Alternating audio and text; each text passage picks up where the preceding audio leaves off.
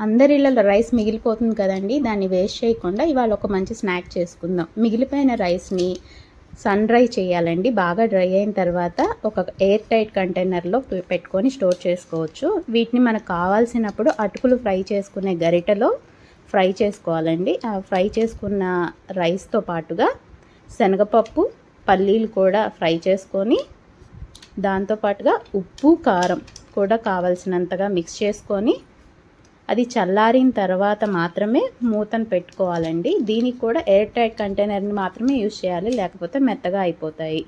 ఈ స్నాక్స్ని పిల్లలు చాలా ఇష్టంగా తింటారండి. స్కూల్ బాక్స్కి, స్నాక్ బాక్స్కి కూడా, ఆఫీస్లో బాక్స్ ఇవ్వాలి కదండి స్నాక్ బాక్స్, దానికి పిల్లలకి బాగా నచ్చుతుందండి. ఇది ఒకసారి మీరు కూడా ట్రై చేసి చూడండి.